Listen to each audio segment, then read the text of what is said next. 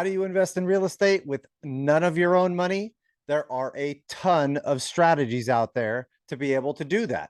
And my name is Mathew Owens. I'm a California licensed CPA. We flipped over 1,000 houses now, and there's so many creative structures to be able to utilize to invest in real estate without using any of your own money. A lot of investors limit their mindset and limit themselves because they think they need their own money to find ways of investing in real estate. And you absolutely don't. You definitely need to contribute, but not necessarily with your own money in that deal. So here's a couple of key strategies that you can use to invest in real estate with none of your own money. It takes a lot of education to get there, and the actual hard work and the grit to actually get through the operations component of it.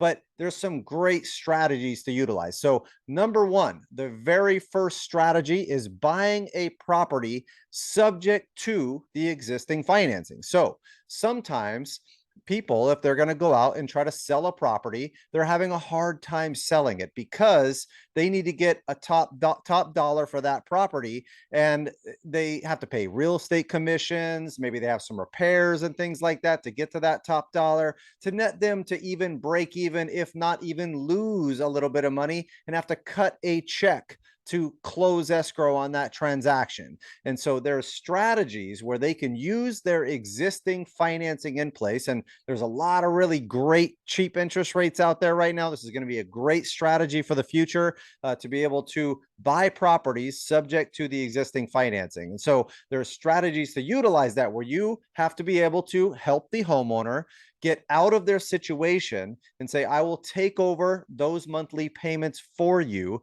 and acquire that asset from them. And normally you're going to, you might have some closing costs, you might have some fix up costs and things like that with it. And so there is a capital requirement associated with that. But if you can go through and buy that asset utilizing their financing, that's a massive benefit for you not having to get that. And it's a lot easier to bring in an investment partner or a second position lien in place to be able to couple with that underlying financing and be able to actually be in it for none of your own money on that deal. So normally you're going to go try to find homeowners that are trying to sell their property that can't. Maybe they're trying to sell because they need renovation or they're underwater on their property, and take it over subject to that financing.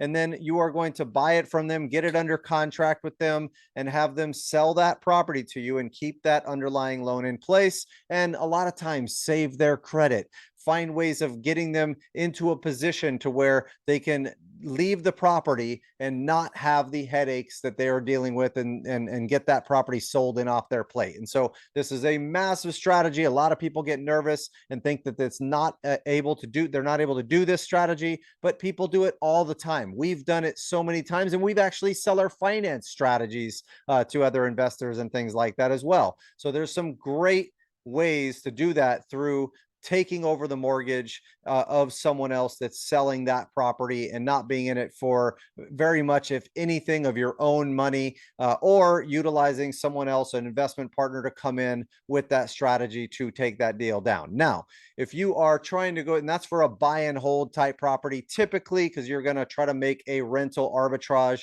and rent that property out for more money and make that monthly payment, so that you're making that spread on the rents versus your mortgage payment there. And normally you have to make sure you understand the math. Your rents minus vacancy minus taxes, insurance minus repairs minus your management minus your loan payment comes to your net operating income associated with that actual investment. And then you're looking at what total capital requirements are there with regard to the closing costs, the capex or the renovation on that property, if there's anything done to get it needed to get it ready for that in tenant at the end of the day. So there is some capital requirements, but not majorly, and you can utilize an outside investment partner a lot easier when you have that financing in place. There are strategies to utilize on that where you have none of your own money out of pocket and you're able to take it over subject to the mortgage, and maybe the seller is in a worse situation and can pay a little bit of closing costs and things like that out of pocket so that you don't have to. There's so many ways of making that work. Now, the other strategy is maybe it's a fix and flip deal, right? You're going to buy a property under market value, you're going to renovate it, and then you're going to resell that property for a profit. Okay. Normally, you're not going to get a Fannie Mae or Freddie Mac loan on this because it needs a bunch of renovation work. You're typically going to a private lender or a hard money lender that specializes in that space. We do a lot of hard money loans to flippers consistently. We have over 35 million lent out to flippers, but we are going to require you as the borrower to have skin in the game. We're going to say, hey, look, we will loan you up to 85% of your cost of the project and up to 70% of the after repaired market value. So after you fix it, what that value is going to be worth afterwards. And so that means you're going to need skin in the game. And so a lot of times borrowers will do one of two things. They buy it inside of an LLC,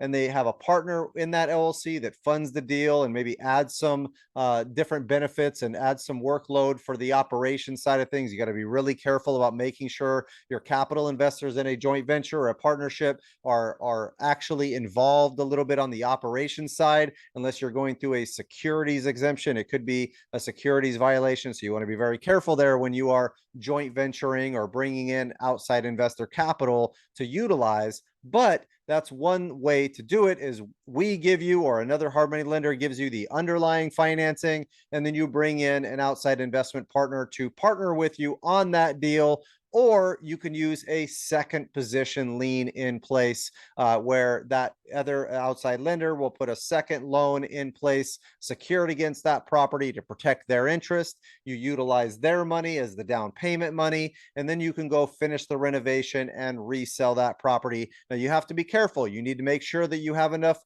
built-in buffer room in that total capital that's required from your outside investor for interest payments on the first and the second, for closing costs, as well as renovation overages on a project. And nowadays, those things are happening, consistently with supply chain issues, with inflation issues, with shortages, and all that type of stuff. So you want to make sure you have that buffer room built in there as well when you're doing that strategy. Now, when you're borrowing money like that in a second position, all the risk of that deal is on you. You are obligated for that debt, and usually personally guaranteed.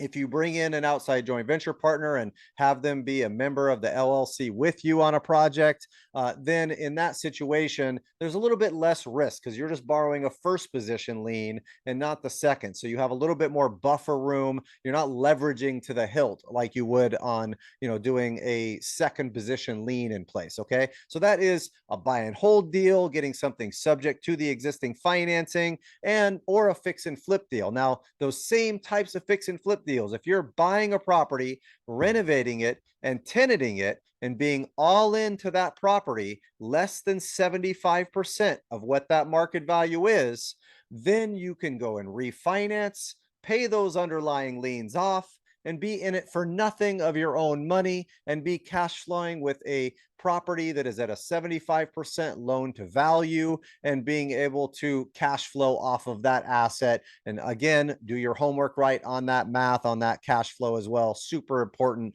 And the last strategy, that just a simple strategy to utilize, is on bigger deals, on multifamilies or self-storage or mobile home parks or retail deals, or the bigger stuff that comes out. So there's strategies that people utilize when they're buying those types of properties. So normally they're getting underlying bank financing, and they're using investor capital, and they're syndicating that deal, where they're usually going through, and what a syndication is they're pooling investors' capital together, so that way they can take that capital and use it as their down payment for that project, including capital reserves for capex and renovation, including all of the closing costs, including rehab buffers, including all of the operating reserves and things like that for that particular deal. Now, you don't necessarily have to be one of those investors in those deals. You can help raise the capital for those deals along with doing operations.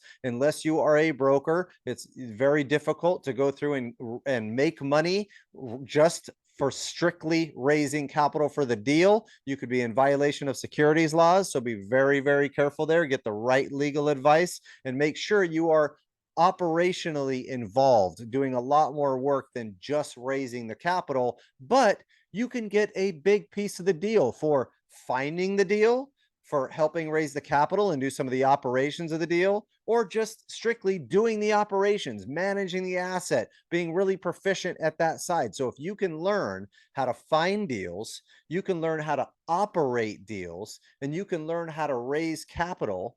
You don't need any of your own money in those big deals like that. You can go through and raise that capital. Yes, when you're investing in these things, normally the general partner, which is you, has to put something in the game to invest along with your investment partners. And at the end of the day, normally you're going to bring in another general partner to do that if you don't have the capital yourself, or if you're just finding the deal and doing the operations, you can get your piece of the deal just for doing the workload or finding the deal involved. So there's 3 strategies subject to the existing financing, on a buy and hold, doing a fix and flip where you're doing a first and a second position mortgage, or bringing in a joint venture partner to partner with you on that deal, or syndicating a larger deal where you're adding value in different ways instead of necessarily putting capital in yourself. So there's a great strategy to do that. I know people that do the bigger deals all the time, and they have pieces of massive deals, and they do this over and over and over again to develop their cash flow stream. You can do this while you're working your own job as well, adding this value in these different ways. So it's all, real estate is all about adding value. It's all about what things you can bring to the table. So myself, I use outside operations partners and split deals with them and put my own capital in those deals. So if you have deal flow and you don't know have the capital, bring it to us. I know how to analyze it. There's a million ways of making money together. That's what this is all about. How can we bring our resources and you bring your resources to the table so we can make money together in real estate? And I hope this helped you guys. If you guys like this video, like, subscribe, hit that notification bell, and feel free to reach out if you want to work with us in any way. Like I said, we lend capital to flippers. We lend capital to buy and hold investors on rental loans. We value add multifamily deals.